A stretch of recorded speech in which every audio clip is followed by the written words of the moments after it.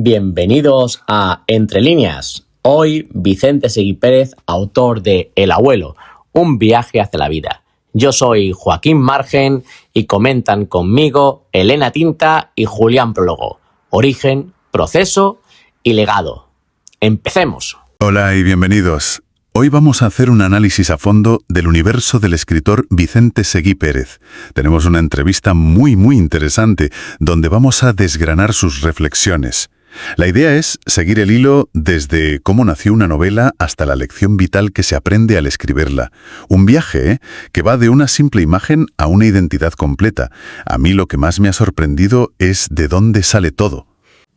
Totalmente de acuerdo, Julián Prólogo. Así que vamos con la primera pregunta. ¿Cuál es la primera imagen que te dijo aquí hay un libro? La primera imagen que me dijo aquí hay un libro es ver a través de una cristalera de un 6º piso el mar. Todavía yo no me había jubilado, pero ya estaba en ciernes la idea de que estaba a punto de jubilarme. Y una mañana, a través de una cristalera, visualicé el mar.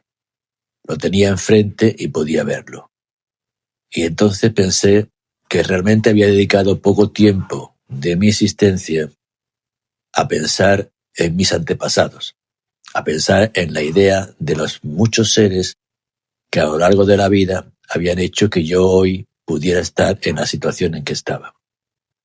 Y esa fue la primera vez que pensé que había un personaje al que le debía un cierto recuerdo y que podía ser el que canalizara este tipo de poder dialogar con los ancestros más antiguos que alrededor mía estaban. Ese personaje era mi abuelo. No lo conocí nunca y me parecía interesante bucear en estas cuestiones a través de él. La segunda idea que dijo que tiene que ver con el nacimiento del libro es una mesa en un bar, en una conversación con mi hermano. Ahí el tema quedó mucho más claro y zanjado, porque surgió en la conversación entre ambos que le habíamos dedicado poco tiempo a poder pensar en las personas que habían hecho de nosotros lo que somos y que merecía la pena que conversáramos sobre estos temas. Sobre esas dos ideas creció la posibilidad de construir una novela y así El abuelo empezó a ser una gran novela. Muy interesante. ¿Y qué opináis, Elena Tinta y Julián Prólogo? ¿Es parte de un plan esto o no? ¿Qué opináis? Que no es de un plan, ¿verdad? No, para nada. No es una investigación ni nada concienzudo, sino que nace de una imagen casi poética. Sí. El autor, que está a punto de jubilarse, mirando el mar desde un 6º piso. Ya. Y esa visión, de repente, pues le conecta con sus antepasados, con una sensación de deuda pendiente.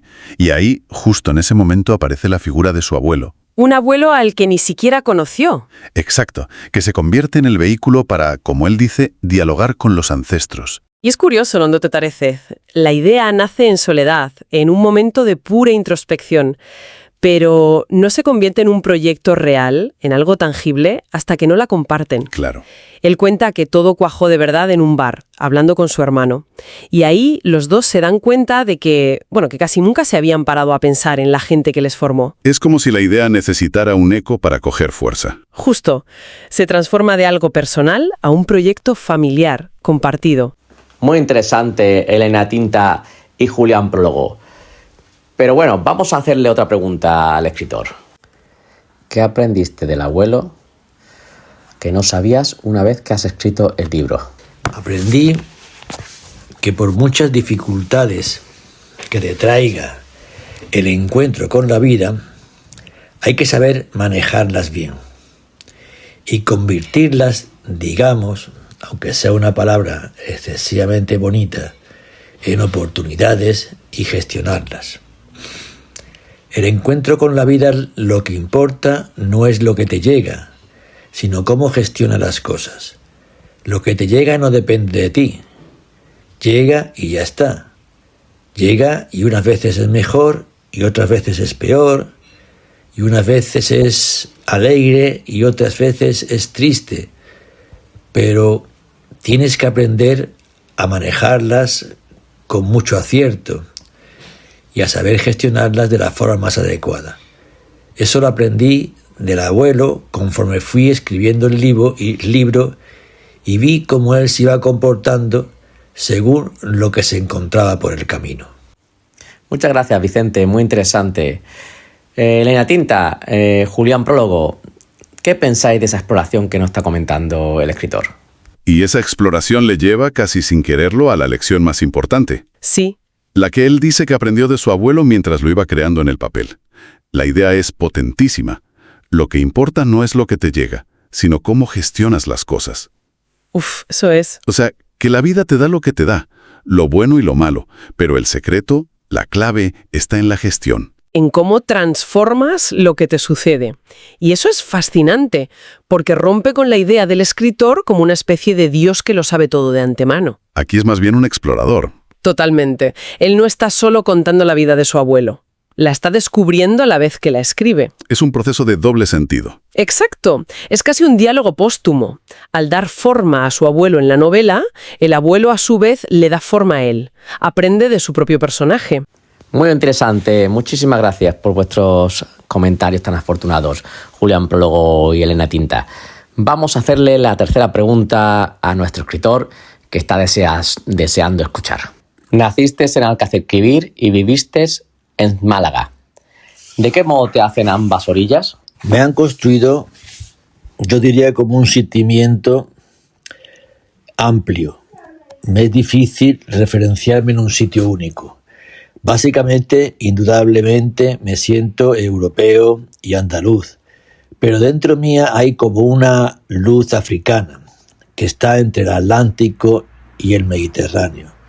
Es una peculiaridad que me permite ver las cosas de una forma mucho más angulosa y con pocas raíces predeterminadas. Y esa capacidad de ver la vida de otra manera, de aprender de las dificultades, ¿qué pensáis vosotros? Julián Prólogo y Elena Tinta. Él mismo da una pista muy clara cuando habla de sus orígenes, de su identidad. Nació en Alcázar-Quibir, ha vivido en Málaga, lo que él llama las dos orillas. Las dos orillas, claro. Y sus palabras para describirse son que se siente europeo y andaluz, pero, y esto es lo importante, con una luz africana. Una luz africana. Y esa luz, dice, le permite ver las cosas de una forma mucho más angulosa y con pocas raíces predeterminadas. A ver, pensemos qué significa eso, ver las cosas de forma angulosa. Que no suaviza los bordes. Exacto, que capta las complejidades, las contradicciones.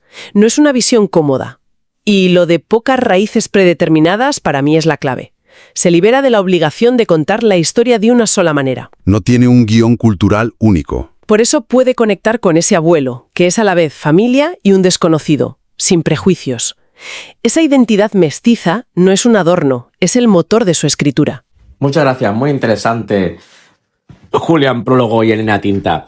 Vamos ahora a por la cuarta y penúltima pregunta a nuestro escritor. ¿Cómo trabajaste la mezcla de crónica íntima y ensayo breve? Podría decir que es mi estilo personal. Navego entre la reflexión y el relato. A veces más la reflexión se queda más perenne en el texto y otra vez el relato coge la fortaleza y la fuerza del texto. Intento por todos los medios cada vez más que el relato sea más potente, sea más determinante en el texto y que la reflexión quede más como apuntes para que digan los personajes o que se quede más perdido en el contexto del relato y no tenga tanta potencia. Muy interesante. Así que si lo unimos todo, el puzzle es increíble. ¿No os parece, Julián Prólogo y Elena Tinta? Sí, encaja todo. Partimos de una imagen frente al mar, que activa una memoria familiar. Esa memoria se convierte en una novela que enseña una lección sobre la resiliencia. Y todo filtrado por una identidad única, a caballo entre dos continentes. Que le da una voz inconfundible. Totalmente. Muchas gracias, muy interesantes vuestras opiniones como siempre y tan enriquecedoras. Y ahora vamos para proponer la última pregunta a nuestro escritor. Dime una razón sencilla para regalar este libro en Navidad. Regalar un libro en Navidad siempre es un acierto. Siempre existe un libro para cada persona y siempre hay alguna persona a quien queremos, a la que podemos regalarle un libro que le vaya bien. Pero en este caso, regalar el libro del abuelo es un acierto mayor. Porque de alguna forma lo que se hace es regalar el libro de una biografía sobre una existencia de la vida. Y eso lleva a la persona que la lee a sentirse enormemente agradecido. Porque recorre toda la vida, desde que nace hasta que de alguna forma viene a fallecer, en un sentimiento continuo de ir avanzando a lo largo de una existencia, que siempre le va llenando día a día y que hace que las Navidades se conviertan en una etapa mucho más atractiva y mucho más lúcida de lo que ya son en realidad. La luz de la Navidad es mucho más alegre leyendo el libro del abuelo. Me ha encantado, muchas gracias. Me encanta esa reflexión de la luz de la Navidad. Es muchísimo mejor leyendo el libro del abuelo. Me ha parecido genial esa reflexión. ¿Qué os parece a vosotros, chicos? Pues mira, todo esto me deja pensando en algo. Dime. El autor, en cierto modo, se inventa un abuelo al que no conoció para poder aprender de él la lección más importante de su vida. Y esto nos plantea una pregunta muy interesante. ¿A nosotros? A todos. ¿Qué podríamos aprender de nuestros propios ancestros si hiciéramos ese ejercicio? No solo de recordar sus vidas, que también, sino de imaginar de verdad cómo afrontaron ellos las suyas. ¡Qué buena reflexión! Quizá las mejores lecciones no están en lo que nos contaron, sino en lo que podemos descubrir si nos atrevemos a dialogar con su memoria. Has escuchado Entre líneas con Joaquín Margen. Suscríbete y comparte. Libro dedicado 15 euros. Manda un Bizum al 652 91 33 56. Acuérdate de poner un mensaje de WhatsApp con abuelo 15 más tu nombre. Es importante que en el Bizum pongas tu nombre y apellidos para saber qué has pagado tú. Gracias por estar al otro lado. Nos vemos en el siguiente programa. Y entre el polvo y el viento su voz nos llamó. Desde el tiempo perdido nos reconoció. Hijo del trabajo, del pan y del sol, el abuelo sembró su alma y en nosotros germinó.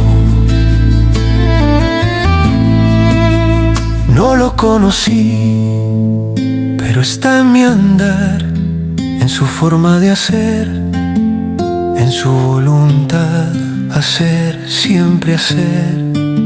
Decía el rumor y el eco aún me guía cuando pierdo el norte. Dejó su pueblo, cruzó el azar, luchó con la vida sin descansar y aunque el mar